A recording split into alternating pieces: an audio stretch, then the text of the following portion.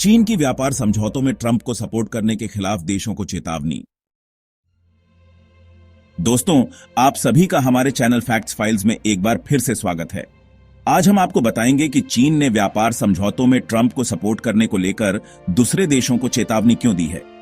चीन आज ज्यादातर देशों के लिए अमेरिका से कहीं बड़ा व्यापारिक साझेदार है। एक्सपर्ट्स का कहना है कि यही वजह है कि ट्रंप उनसे जो मांग कर सकते हैं वह सीमित हो जाती है। चीन ने अन्य देशों को चीन की कीमत पर अमेरिका के साथ व्यापार समझौते करने के खिलाफ चेतावनी दी है, जिससे विश्व की दो सबसे बड़ी अर्थव्यवस्थाओं के बीच बढ़ते व्यापार युद्ध में उसकी बयानबाजी और तेज हो गई है। अमेरिकी राष्ट्रपति डोनाल्ड ट्रंप के प्रशासन द्वारा चीन को अलग थलग करने के लिए अन्य देशों पर दबाव डालने की रिपोर्टों पर प्रतिक्रिया देते हुए चीन के मिनिस्ट्री ऑफ कॉमर्स के एक प्रवक्ता ने कहा है कि चीन उन देशों के खिलाफ दृढ़ और पारस्परिक तरीके से जवाबी कार्रवाई करेगा जो उसके खिलाफ अमेरिका के साथ खड़े हैं। यह चेतावनी ऐसे समय में आई है जब देश अमेरिका के साथ बातचीत की तैयारी कर रहे हैं ताकि ट्रंप द्वारा लगाए गए पारस्परिक टैरिफ से छूट प्राप्त की जा सके, जिसे उन्होंने लगभग 60 व्यापारिक साझेदारों पर लगाया था और बाद में रोक दिया था। तो फिर यह ताजा मौखिक विवाद किस बात को लेकर है? ग्लोबल ट्रेड में चीन का कितना प्रभाव है और क्या ट्रंप अन्य देशों और चीन के बीच दरार पैदा कर सकते हैं? बैकड्रॉप क्या है? वॉल स्ट्रीट जर्नल ने हाल ही में रिपोर्ट दी थी कि ट्रंप टैरिफ वार्ता का उपयोग करके अमेरिकी आर्थिक साझेदारों पर चीन के साथ व्यापार पर अंकुश लगाने तथा बीजिंग के विनिर्माण प्रभुत्व पर लगाम लगाने के लिए दबाव डालना चाहते थे। बदले में ये देश अमेरिकी शुल्कों और व्यापार बाधाओं में कटौती सुनिश्चित कर सकते हैं। ट्रंप प्रशासन ने कहा है कि वह 70 से अधिक देशों के साथ बातचीत कर रहा है। चीन के वाणिज्य मंत्रालय ने पलटवार करते हुए अन्य देशों को चेतावनी दी कि दूसरों के हितों की कीमत पर अपने टेम्पररी सेल्फ इंटरेस्ट की तलाश करना बाघ की खाल की तलाश करने के समान है।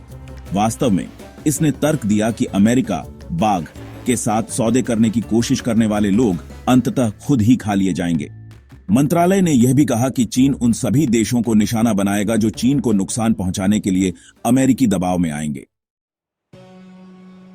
अमेरिका चीन व्यापार की स्थिति क्या है?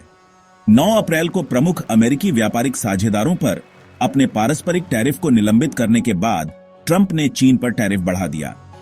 अधिकांश चीनी निर्यातों पर अमेरिकी व्यापार शुल्क 145% तक बढ़ गया है। चीन ने अमेरिकी वस्तुओं पर 125% शुल्क लगाकर जवाबी कार्रवाई की है। ट्रंप लंबे समय से चीन पर व्यापार के मामले में अमेरिका का शोषण करने का आरोप लगाते रहे हैं। उन्होंने अपने टैरिफ को डोमेस्टिक मैन्युफैक्चरिंग को पुनर्जीवित करने और अमेरिका में नौकरियों को वापस लाने के लिए आवश्यक बताया है। वह भविष्य में टैक्स डिडक्शंस के फाइनेंसिंग के लिए भी टैरिफ का उपयोग करना चाहते हैं। वहीं चीनी राष्ट्रपति शी जिनपिंग ने क्षेत्रीय संबंधों को मजबूत करने के लिए पिछले सप्ताह 3 दक्षिण पूर्वी एशियाई देशों की यात्रा की। उन्होंने वियतनाम सहित व्यापारिक साझेदारों से एकतरफा दादागिरी का विरोध करने का आह्वान किया। वियतनामी मीडिया में प्रकाशित एक लेख में शी ने अमेरिका का उल्लेख किए बिना कहा, व्यापार युद्धों और टैरिफ युद्धों में कोई विजेता नहीं होता है। दक्षिण पूर्व एशिया के अन्य देशों की तरह वियतनाम भी व्यापार युद्ध की चपेट में आ गया है। यह न केवल एक विनिर्माण केंद्र है, बल्कि चीन अक्सर इसका इस्तेमाल अमेरिका को निर्यात भेजने के लिए भी करता है ताकि 2018 में चीन पर पहले ट्रंप प्रशासन द्वारा लगाए गए टैरिफ से बचा जा सके। दूसरी ओर ट्रंप प्रशासन ने टैरिफ के मुद्दे पर पूर्वी एशियाई सहयोगियों के साथ बातचीत शुरू कर दी है। पिछले सप्ताह एक जापानी प्रतिनिधिमंडल वॉशिंगटन डीसी का दौरा कर रहा था तथा दक्षिण कोरियाई अधिकारी इस सप्ताह वहां पहुंच रहे हैं। कई देश अब स्वयं को विश्व की 2 सबसे बड़ी अर्थव्यवस्थाओं, चीन जो मैन्युफैक्चर्ड गुड्स का एक बड़ा स्रोत और प्रमुख व्यापारिक साझेदार है, तथा अमेरिका जो एक इंपॉर्टेंट एक्सपोर्ट्स बाजार है, के बीच फंसा हुआ पाते हैं। विश्व चीनी निर्यात पर कितना निर्भर है? सिडनी स्थित थिंक टैंक लोवी इंस्टीट्यूट द्वारा प्रकाशित एक रिपोर्ट में विश्लेषकों ने पाया कि 2023 में लगभग 70% देश अमेरिका की तुलना में चीन से अधिक आयात करेंगे। व्यापारिक महाशक्ति के रूप में चीन के रैपिड रिजेनरेशन का इतिहास 2001 से ही देखा जा सकता है, जिस वर्ष वह विश्व व्यापार संगठन WTO में शामिल हुआ और जब वर्षों तक सफल प्रोटेक्शनिस्ट इंडस्ट्रियल पॉलिसीज के बाद उसने ग्लोबल मैन्युफैक्चरिंग पर अपना डोमिनेंस स्थापित करना शुरू किया। 2000 के दशक के दौरान चीन को इंटरनेशनल सप्लाई चेन्स के स्थानांतरण से लाभ मिला, जिसमें substantial inflow of foreign investment, low cost labour का बड़ा भंडार और अंडरवैल्यूड करेंसी एक्सचेंज रेट शामिल थी। 2023 तक चीन कम से कम 60 देशों का सबसे बड़ा व्यापारिक साझेदार बन जाएगा, जो कि अमेरिका से लगभग 2 गुना है, जो 33 अर्थव्यवस्थाओं के लिए सबसे बड़ा व्यापारिक साझेदार बना हुआ है। कई देशों में उनके बीच का अंतर भी बढ़ रहा है।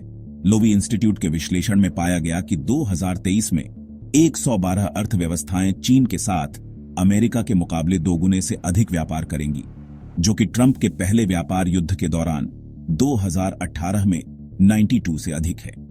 निवेश बैंक नेटिक्सिस की इकोनॉमिस्ट अलिसिया गार्सिया हेरेरो ने कहा, दुनिया भर में, खास तौर पर एशिया में चीन पर जो महत्वपूर्ण निर्भरता विकसित हुई है, उसका मतलब है कि बहुत से व्यापारिक साझेदार चीन के बिना काम नहीं कर सकते।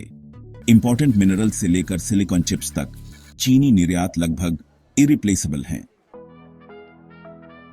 क्या ट्रंप के पिछले व्यापार युद्ध के बाद से विश्व व्यापार चीन के पक्ष में अधिक झुका है?